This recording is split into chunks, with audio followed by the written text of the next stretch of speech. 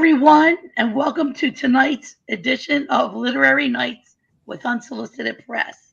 Today we have two fantastic writers with us, Douglas Cole and John Trouse. But before we begin, I want to let everyone know that from wherever you're watching, you can actually pose questions or make comments, and we will see them in real time. Also, I want to make sure that everybody from wherever you're watching smashes the like button and follows and subscribes if you're watching from YouTube. So I want to say welcome to Douglas Cole and John Trousey. We're going to hear some poetry tonight. I'm very excited. We usually go by alphabetical order, by first names. So Doug, that puts you first, and John, that puts you second. And so I'm going to put a little artwork of John's book out. I'm sorry, of Doug's book out. Doug, can you tell us a little bit about this book and then start your reading? Sure. The Book of Destructions, it's a translation of a work by Margarita Verbel, as you can see on there, translated largely by Maria del Castillo Susarquia. She's from Barranquilla, Colombia. And Maria translated some poetry of mine a few years back. And I also have translated some of her Spanish poetry and published it in Metamorphosis and in Mayday journals here in the States. She's a beautifully talented poet too.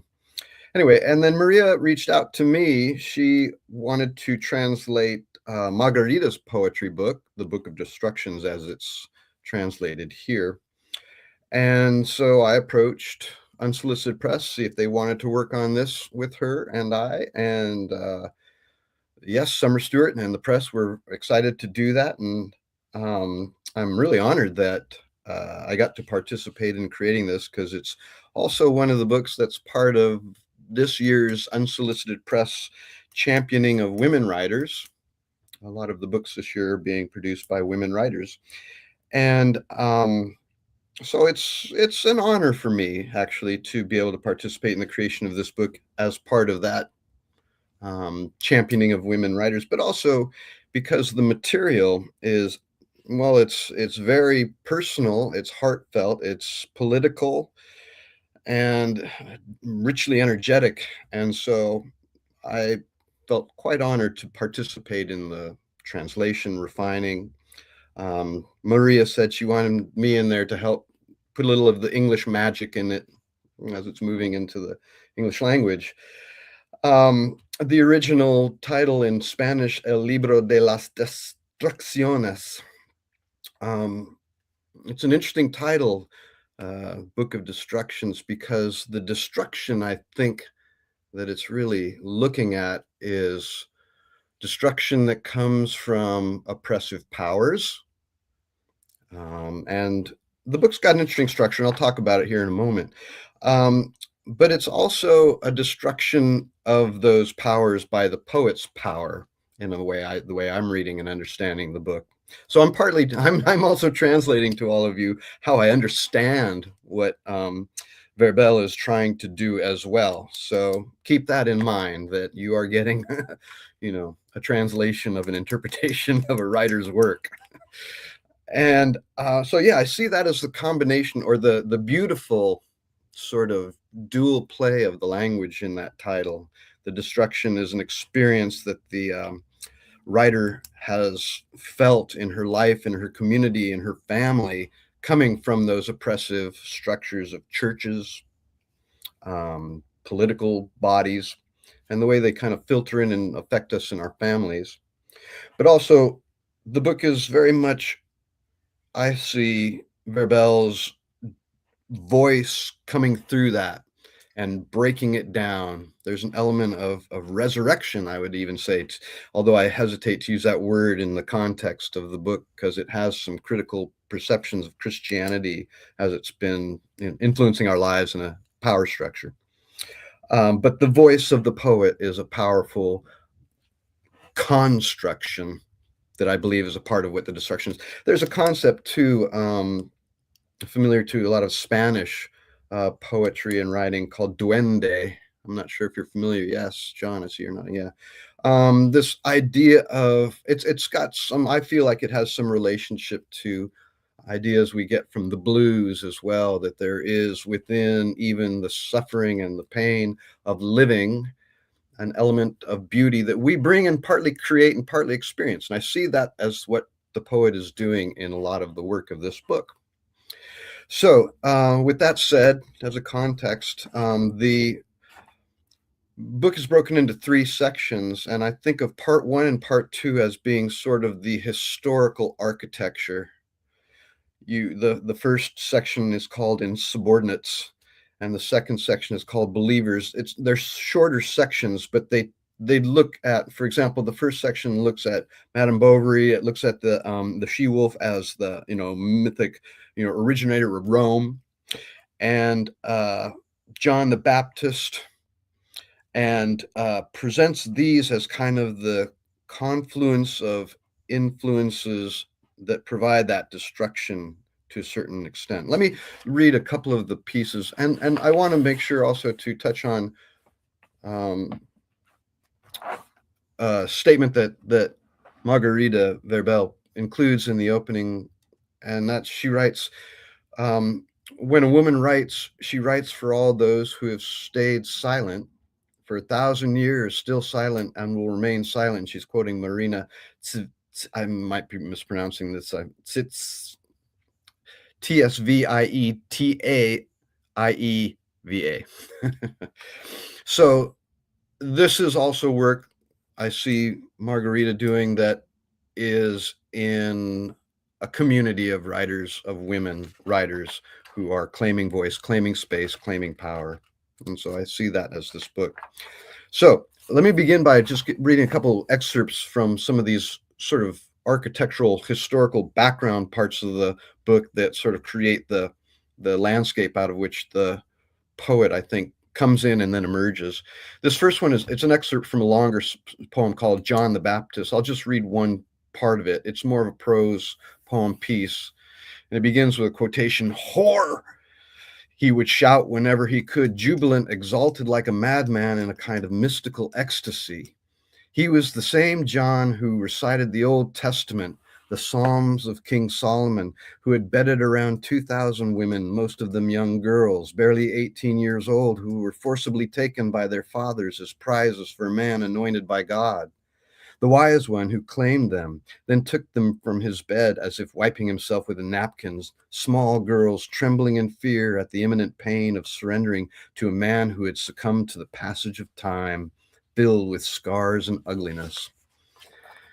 And I kind of sort of hear in this global thematic echo of concerns about power and the abuse of power by men in places of power, of women in especial. The next one I want to read a brief excerpt from is called Redemption. And in this one, the part I'm reading, it's Christ admonished those who threw stones at the adulterous woman, telling them it was wrong, for we are all sinners and no one could cast the first stone. But his brief judgment failed to question that stoning a woman was inherently vile, immoral, and inhuman, regardless of whatever her executioners were saints or sinners. Okay. So as you can see, that kind of creates the cultural historical background that now finds its way into the home and the family. And so in this beginning of this next section, part 3, which is called Family, now we see a lot of this, as I understand the book, working its way out through the dynamics of the daughter, the sister, the family members. So the first poem I want to read is called Rooms. What room is there for the sorrowful, for the weary, for the one who does not sleep in this house? What room is there in this house for a bleeding heart? And I think of that as kind of, that's the first poem of this section. And so that opens that duende element I think I hear in a lot of the poems here. And the next one I'd like to read, it's called Childhood, and it's for my sisters, Sarah and Fanny. What loneliness was childhood. What a dark time. My dispossessed and blue body, my wounded body.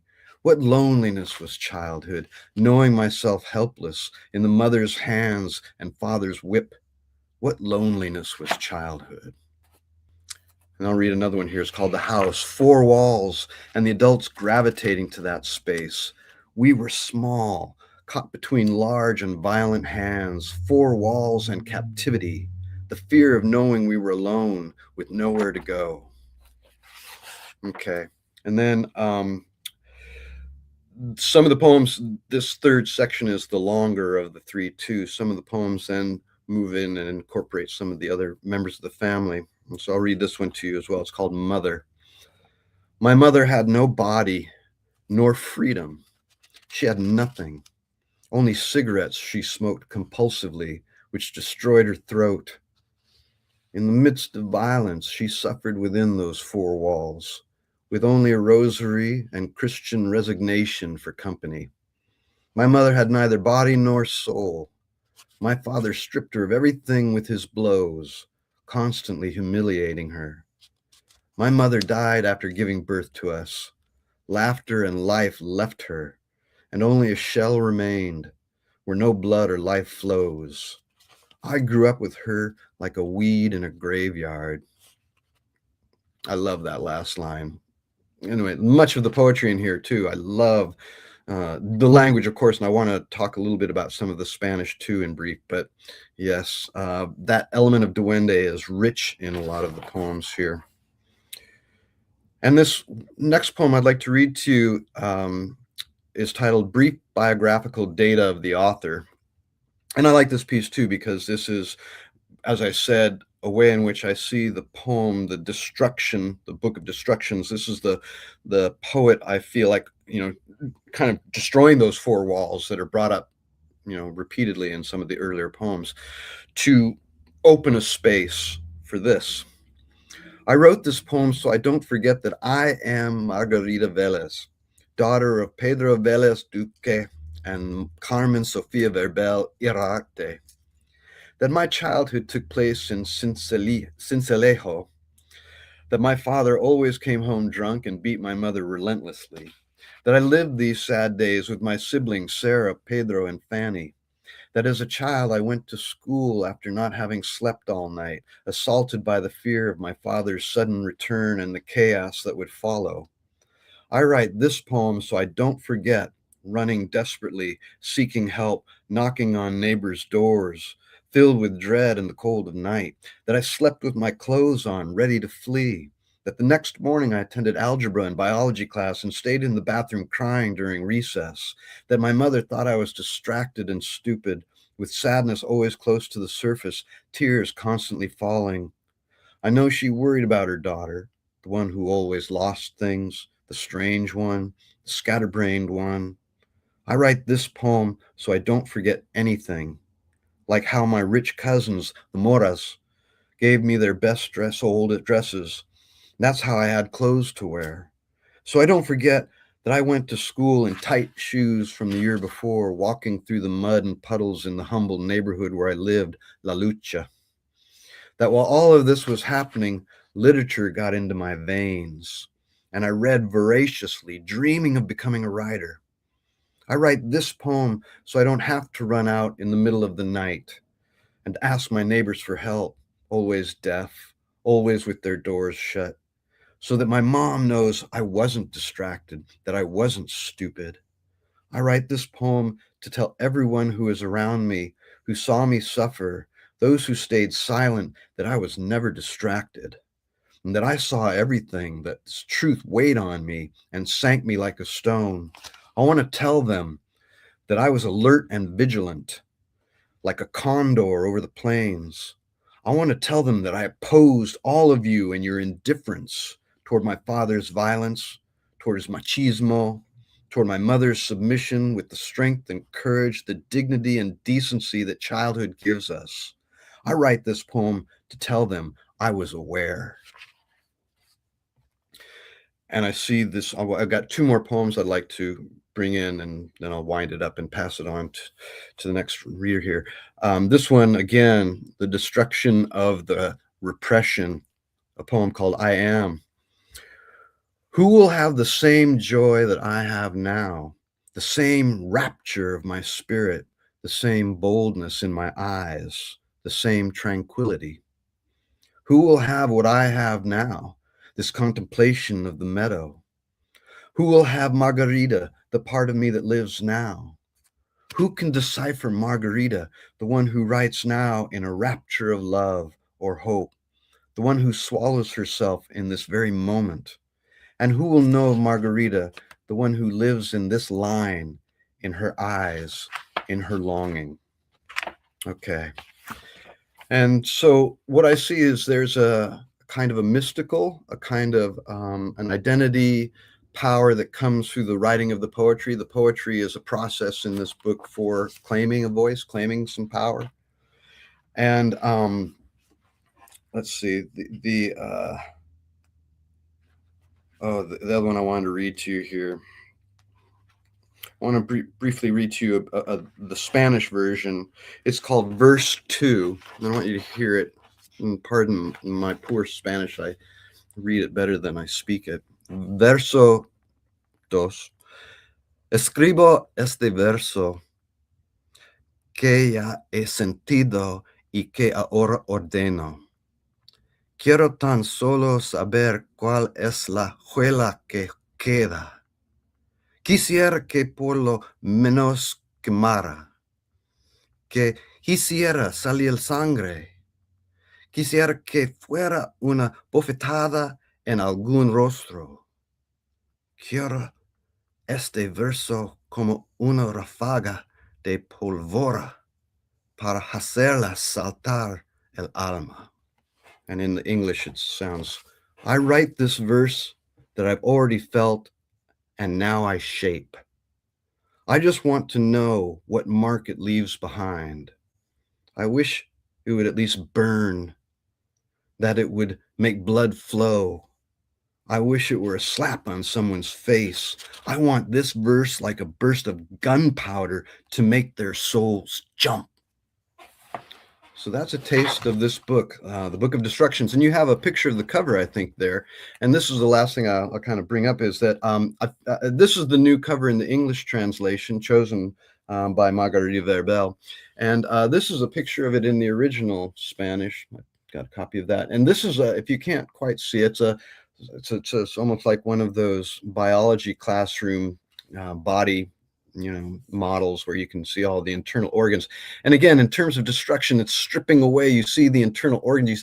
It's very human, very it's got that it's felt, it's physical, it's painful, it's raw. And I find that the two covers seem to me to kind of capture the two elements of the book, which is there's a grounded human real experience, and then there's that element of the writing of the poetry and the language that has this ascending kind of mystical slight, with caution saying that because of the critiques of Christianity in the book, but an element of it that is aspiring and rising, like the new cover has. So anyway, I hope this book has a beautiful life in the English translation and gets the attention it deserves. And yeah, it was very much an honor for me to be a part of working on it and doing some translating and refining in the editing process. And I thank Summer Stewart for having me on that. And I thank, of course, absolutely Maria del Castillo Sucerquillo, who did the original translation, hard course translation, and to Margarita Velez Verbel for trusting me to participate in the creation of it too. All right. Thank you. Those poems are really, really powerful, as our guest has mentioned. And now we are going to listen to John Trouse, who has a book with an amazing title. It is A Box of Toroni. And I'm very interested in hearing your poetry, John. So, can you tell us a little bit about this book and some of your work? Sure. Well, I conceived of the idea of writing a book about Italian cities and flavors of the Italian nougat Torone um, way back in 2004. So every Christmas, my aunt, who was born in Italy, would give me a box of Torone for Christmas or 2 boxes. One year, the box she gave me had 6 different flavors of Torone associated with 6 different cities in Italy. And that inspired me to write this book, basically. But it took me so long. It took me a whole year before I even started writing anything for it. It took me 15 years to finish it. I finished it during the pandemic. I was very careful and did, maybe one poem every couple of years. And then it took me a couple of years to find Unsolicited Press. And it took Unsolicited Press a couple of years before we brought it out in January of this year. So and in the meantime, I've published about 6 other books. So I what I love about this is that it really is a work that has taken a while.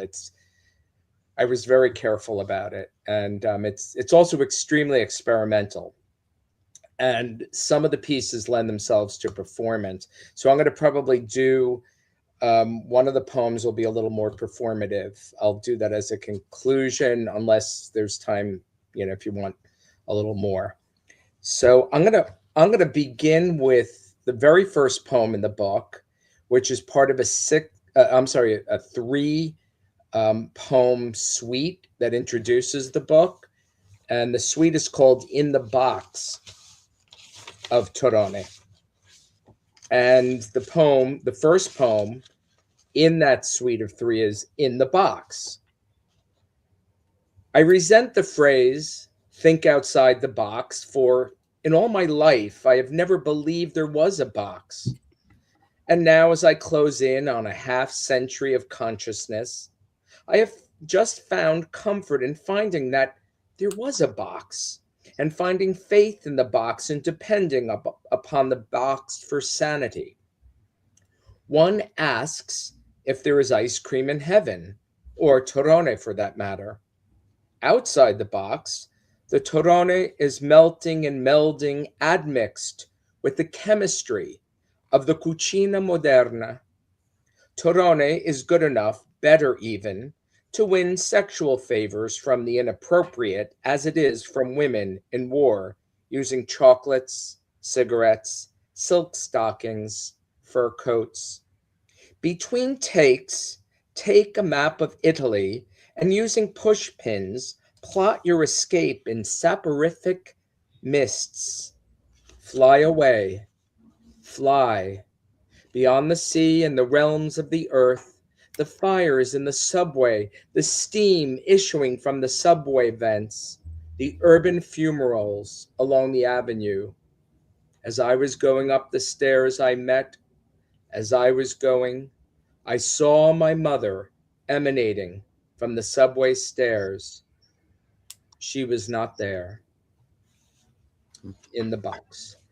So the book is structured around all sorts of ideas, but one of the main focuses, I would say, is on film, especially Italian post-war film, and also American films and films from other countries. So that last reference of the mother emanating from the subway stairs is a scene, sort of a dream scene in the film The Exorcist from 1973, where Father Damien Karras's mother kind of appears coming out of the subway, but then she just disappears.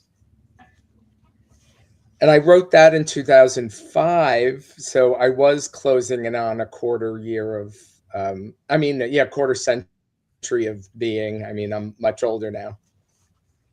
So I think I'll move on to Venice. And the flavor associated with Venice is almonds.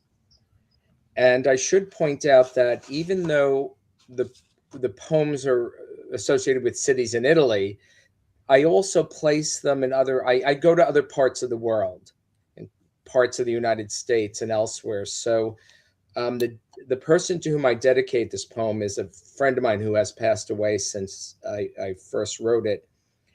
She lived in Fort Lee, New Jersey, not far from where I live. Fort Lee is connected by the George Washington Bridge to Manhattan, northern Manhattan. And so we're sort of in Fort Lee, but we're also in Venice. I should say that she was originally from Hungary, and she had this salon, and which she reduced to just like two of us. It was just the two of us at one point. Almonds, Venice, to Clary Hoffmann von Kupsa to me. 1. She surveys the seascape for the ships that bring her almonds from the east. Almonds are good for you, she knows. In hospitals in Budapest, they give them to you in every ward. The almond eyes of both her husbands, dead, the amaretto on their breath, come to her as she sits alone in her palazzo, as far from the bridge of sighs as one can be, and still see La Fenice. Here everything is dying, decaying, sinking, splashing, but never with the last gasp. All is gradual. La Serenissima has seen it all, has heard it all, and has supplanted Aquileia, her ancient rival, for the right to sit and ponder dans les pensées. Ultramarine mingled with aquamarine, marzipan and frangipani masks, San Marco and Marco Polo swim in her mouth and mind. She fingers Mozartkugeln. Vivaldi fills her failing hearing, and sunk lower amid the aisles and pilings, the poles and posterities, patrimonies and patriarchies, grottos and ghettos, Casanova and Canaletto, Piranesi and Crivelli, and more ancient still and lower yet, Mark Antony and Julius Caesar, plot and play in ponds and pools unheard of, dissipated, drowned. 2. In the Pensée of Pascal, she passes her hours, so she thinks. In her thoughts and fears, she finds justification for the nothingness of the regimentation of Teutonic exactness, the rigor of proper exercise and fashion, an apt pupil of Heidegger, chasing the red balloons outside her tower above the waters that lap soothingly, but remind her not of baptism. Here where the star, the cross, the crescent crescendo, she prepares almonds and apricots, croissant, hot cross buns, star fruit, stella d'oro, dorian, an assortment of olives in many hues, cheeses, and lean prosciutto, all on little plates. Although one unlocks the mystery of the red balloons, in actuality, the harbor lights reflected and refracted in her ample windows. For her, the searching sinks into the color of rain, the color of rising waters. Her head rises and falls again. So that's Almonds, set in Venice. And I'd like to do actually a little poem that's not in the book, if I may. It's in Italian. I'll do it in English too. It was published in Rabbit Ears TV Poems, which came out about 10 years ago from NYQ, New York Quarterly Books, edited by my friend Joel Allegretti. It's the only non-English language piece in that poem, and it's the anthology's obviously poems about television. So my poem is Topo Gigio. Topo Gigio, sorcio bigio, o grigio Topo Gigio. And I guess we could translate it as Topo Gigio. Topo Gigio, gray mouse, or gray. Topo Gigio. So it plays off the fact that in Italian there are two words for gray, and they rhyme with each other, bigio and grigio. And I like to think that in English we have two words for gray, They sound the same, but they're spelled differently. Gray and Grey, which is the British spelling, but I like to use it sometimes for a specific kind of gray. And now I guess this will be my last. I'll read a part of a very complex poem, Chocolate, Rome. It was the last poem that I wrote for the book, because how do you tackle this subject of chocolate, this grand this huge subject, and the subject of Rome, the eternal city, this very complex place with so much history, almost 3,000 years of history. So I'll read the end of part 1 through part 3, and it's pretty short. And it's, as I said, this book is kind of wild. It has documentary stuff in it. It has a letter that I wrote to Richard Linklater, the filmmaker from Austin, Texas, and it's I think it's kind of fun in its a lot of playfulness. So maybe I'll just start with a part of the beginning of Chocolate Rome, part 1. Chocolatl, chocolatl, chocolatl, chocolatl. Edenic susurration.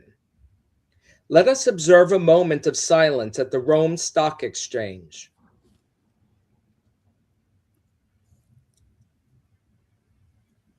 Two, the eclipse. Danza nera. In bocca al lupo. Edenic susurration. Cacao y chocolate. Chocolate y cacao. Kikiriki, kikiriki, kokoroko, kikiriku, kokoriko, kikiriki, kukuriku, kikiriki, kikiriki.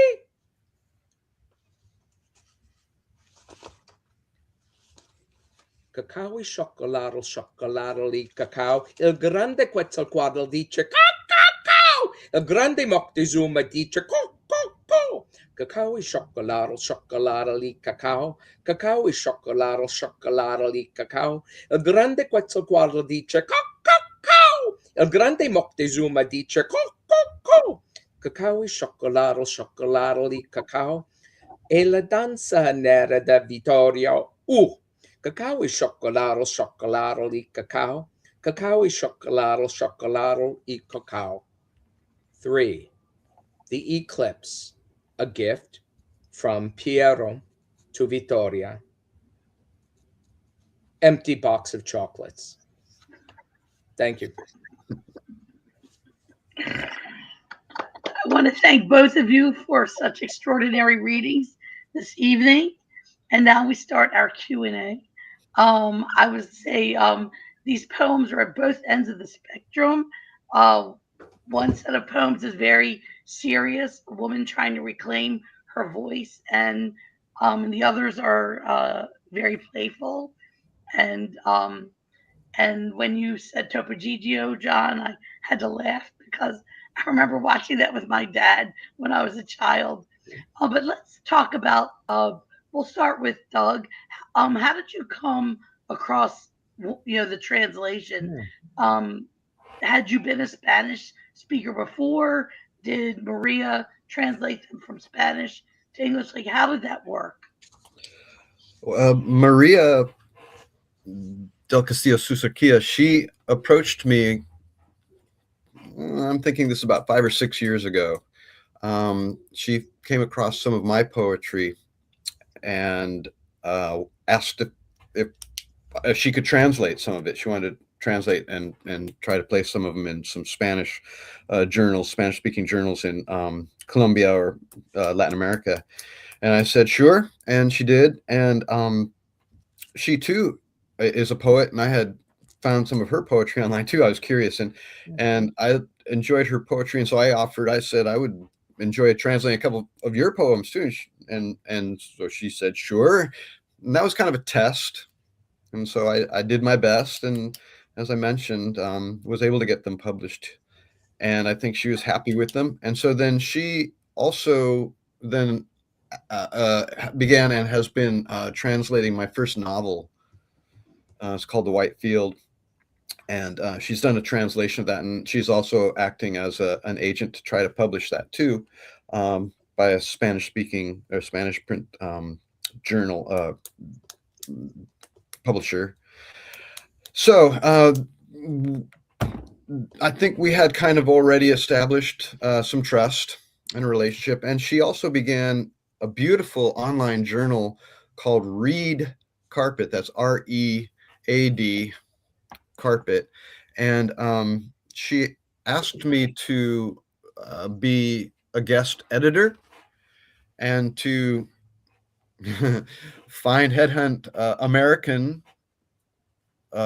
poets to include in the journal. And her vision of this journal, Read Carpet, was to have poetry and prose written in all kinds of languages. So there's English, Italian, French, German, Spanish, of course, writing in there. And so she asked me, my section is called The Blue Citadel.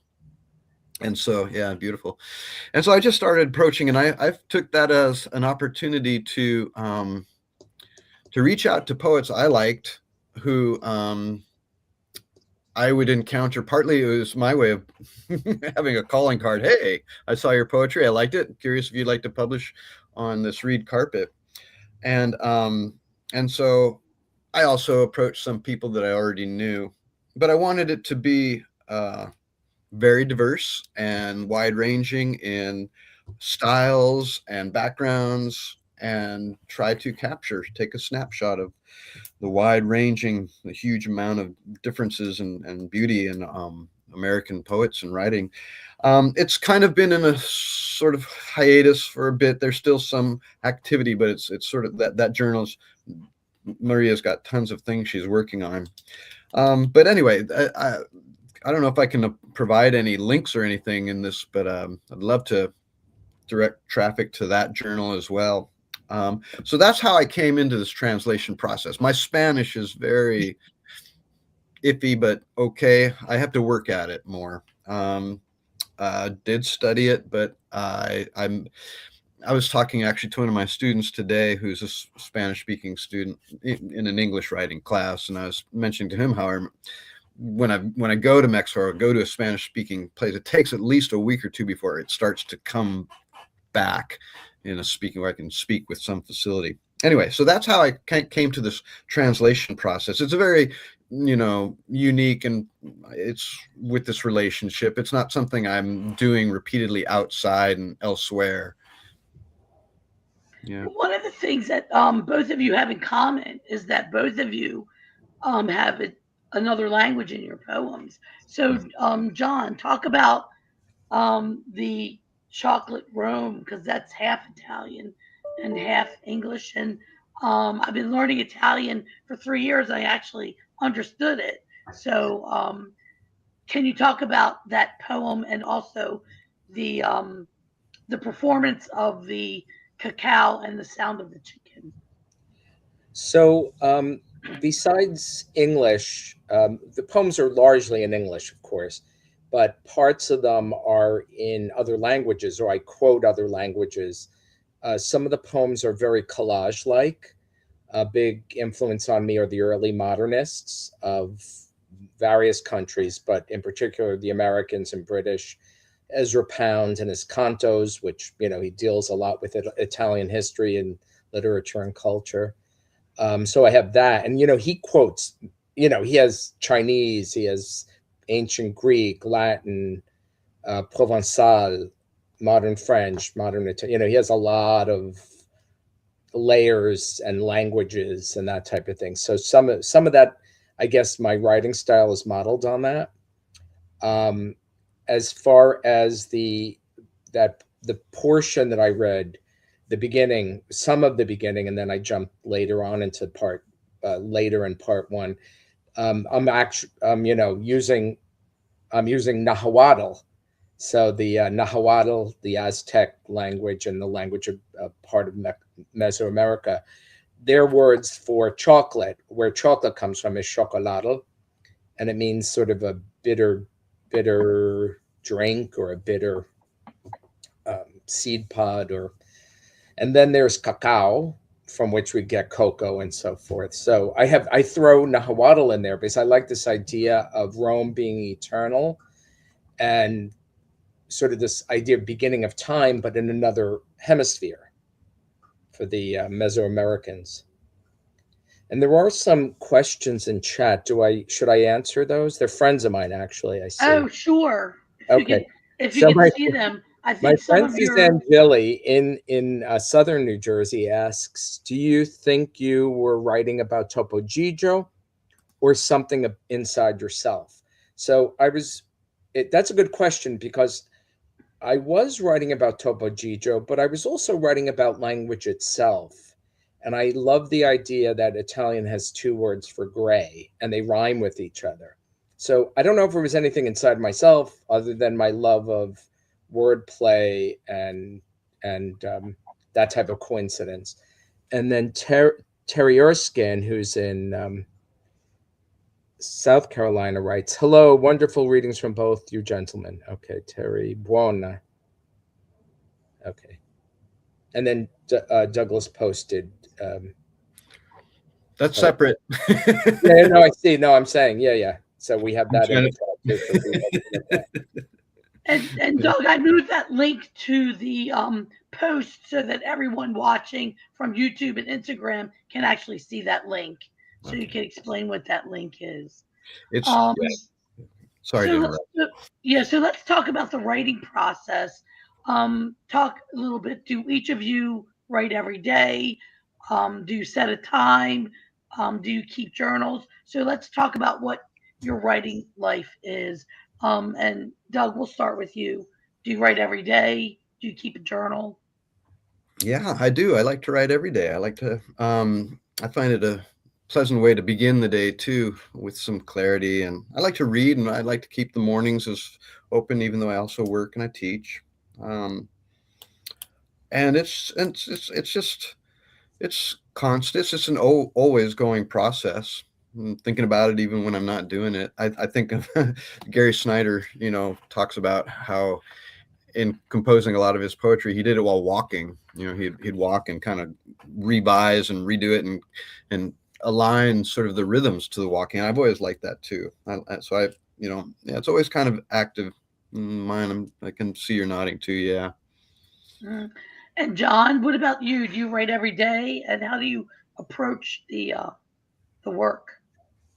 Well, I do write every day, but it tends to be memos and email messages and that type of thing.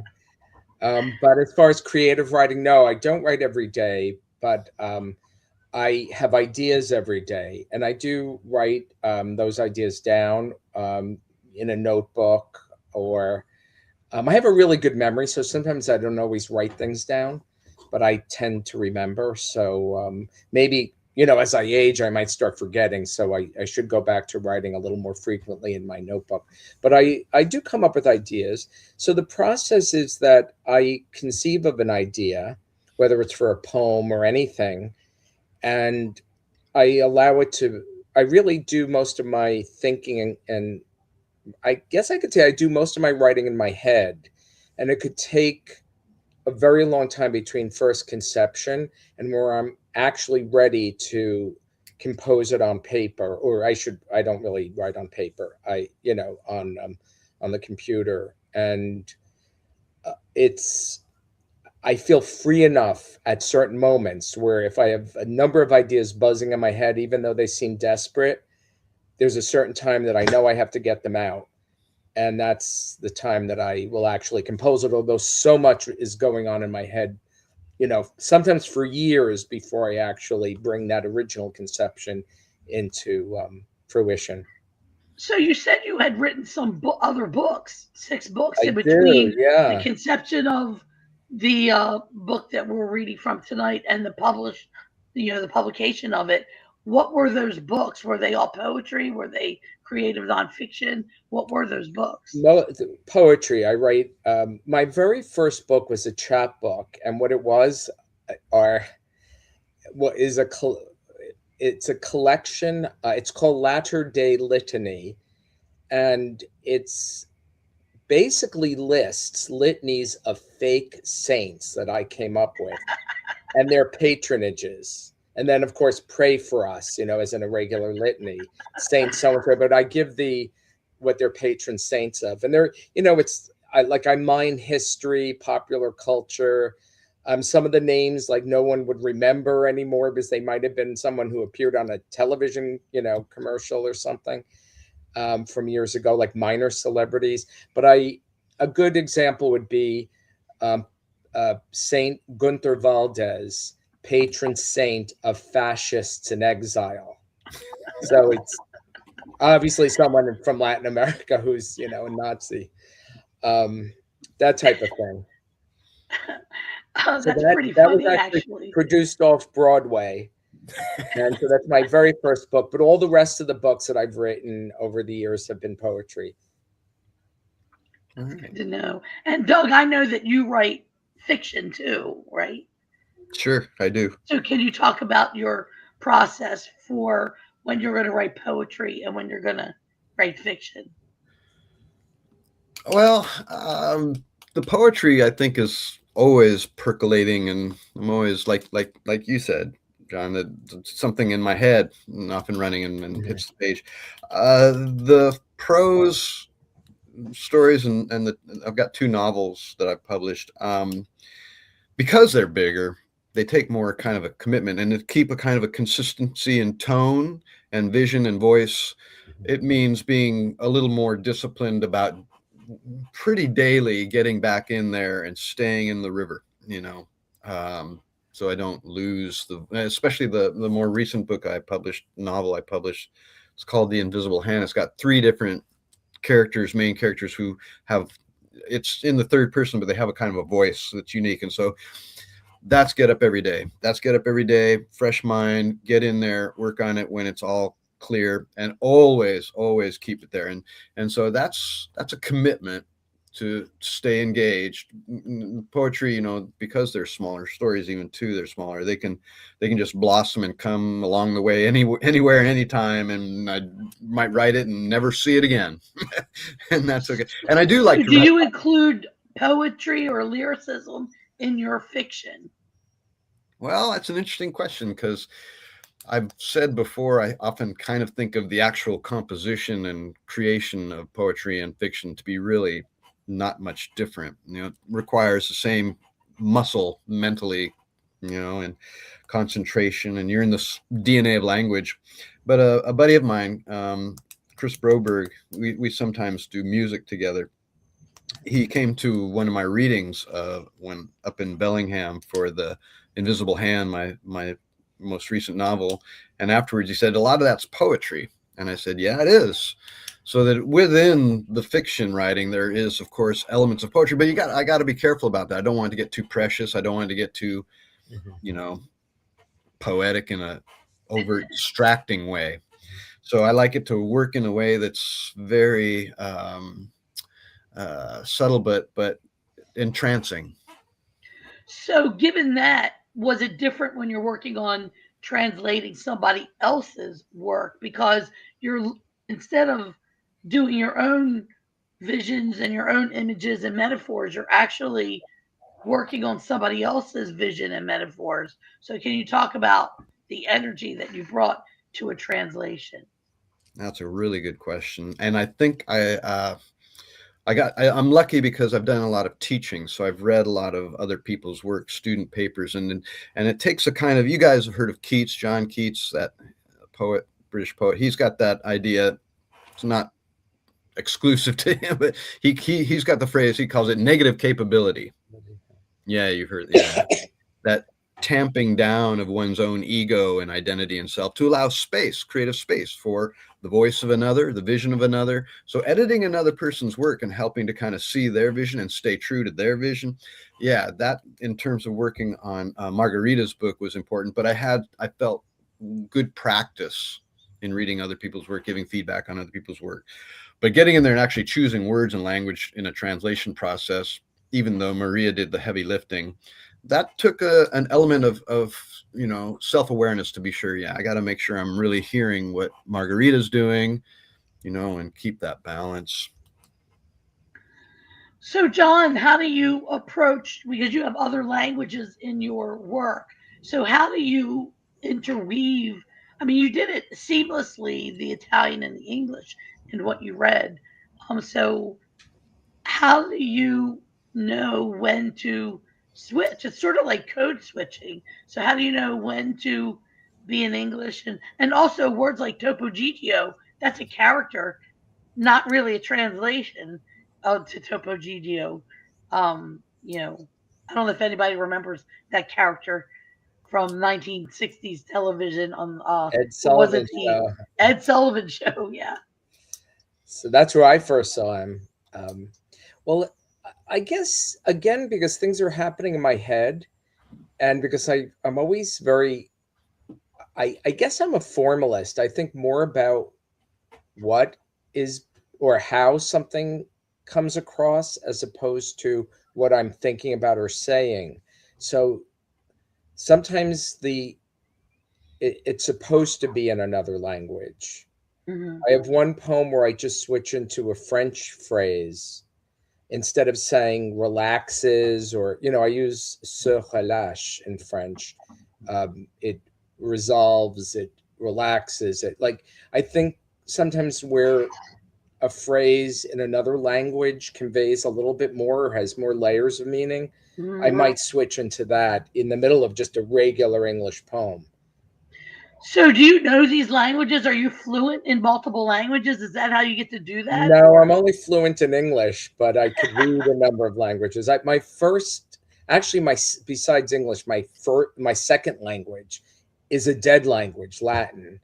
My third language is ancient Greek, and only later did I learn modern languages. So I've never became fluent in any of them, even though I could read them and understand them. And I listen to Spanish radio. Um, so yeah, no, I'm not really fluent. I could get by in a number of languages, but I'm I'm certainly not shocked because fluent. I thought you knew a whole bunch of different No, languages. no, no, no. But Um, so you both mentioned Rome, actually. You both mentioned Rome. And I know there's the myth of the she wolf who raised right. Romulus and Remus. But when I was in Italy, in Rome, the last time, I learned that the Italian slang back in the day for a prostitute was lupa, Lupa, yeah. and lupa means wolf. So it wasn't really a she wolf that raised Romulus and Remus. It was a prostitute, lupa. So Yeah. I was really surprised to learn all that. But it's given rise to such a myth that the she wolf raised the twins that founded Rome. And of course, It was a lupa. in ancient times they had, see, that's more modern Italian, but the Romans did believe the that Romulus and Remus were raised. They have the famous Yeah. sculptures of it. So I Yes. actually mentioned the she wolf in as the founder in Rome in the Rome chocolate poem, and in that I also go to Gubbio, which is in Umbria, and there's the famous story of Saint Francis and the Wolf of Gubbio. And so I unite in some ways the Lupa Capitolina with the Lupa di Gubbio. Nice, nice. And what Doug, what was the lupa in the poem that you were referring Um, to? I'm glad you asked. I'll read you a little. The poem's Sure. called She Wolf. I'll read one little piece, and it's an ex an expert poisoner. She had always freed the palace from its fiercest enemies and protected the imperial family. She was more intelligent, more astute in wielding power than Julius Caesar and even Augustus, and had managed even to keep Caligula in check, the only being on earth she feared. Beautiful, beautiful. So a lot of aspiring writers listen to our streamed readings. And so I always try to give some advice to fledgling or aspiring writers since you both are published already multiple times. So, what advice do you want to give, or what advice do you give your students? What do you want to say to people who want to be where you are now, and that is a published author? Whoever wants to go first. John? Advice that I would give to fledgling writers: be very careful about what you're doing. Really look at what you're doing. Maybe join a writers group so that you get feedback. Um, read a lot.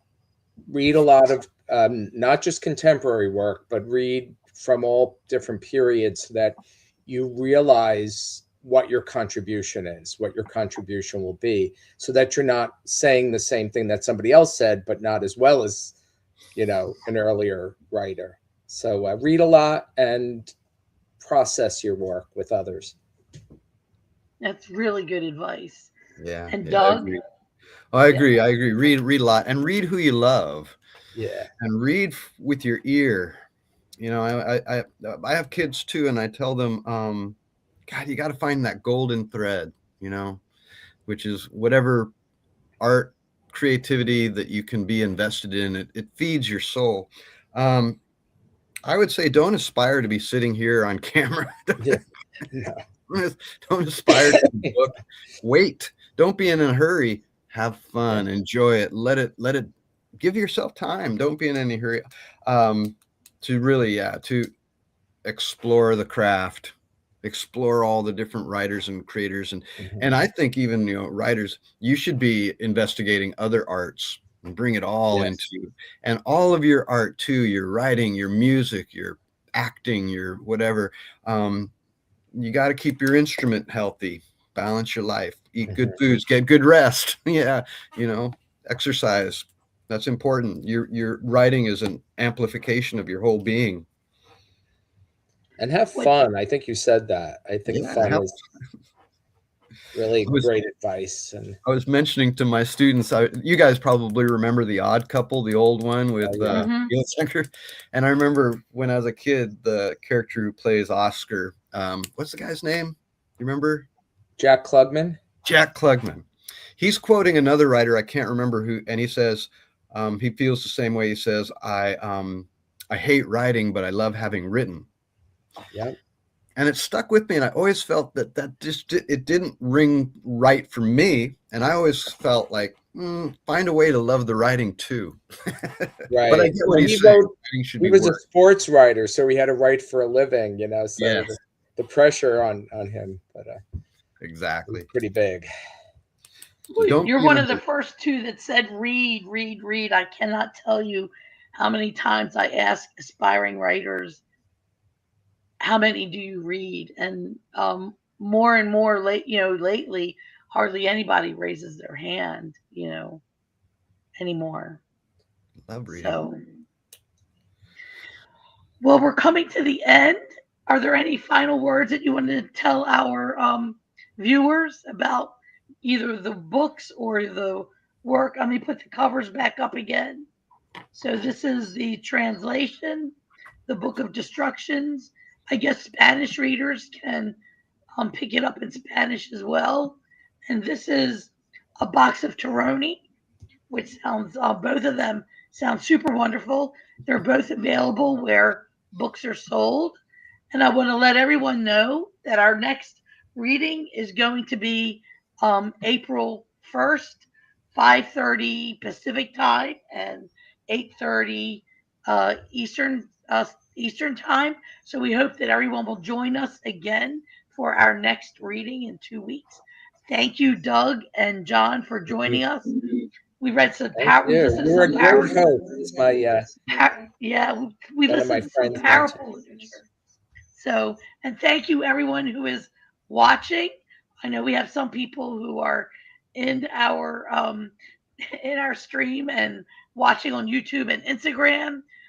So thank you all. Please remember to follow and like and come back on April 1st. Thank you. Great. Thank you Good so night. much. Good to see Thank you. you. Bye bye. All Bye. right.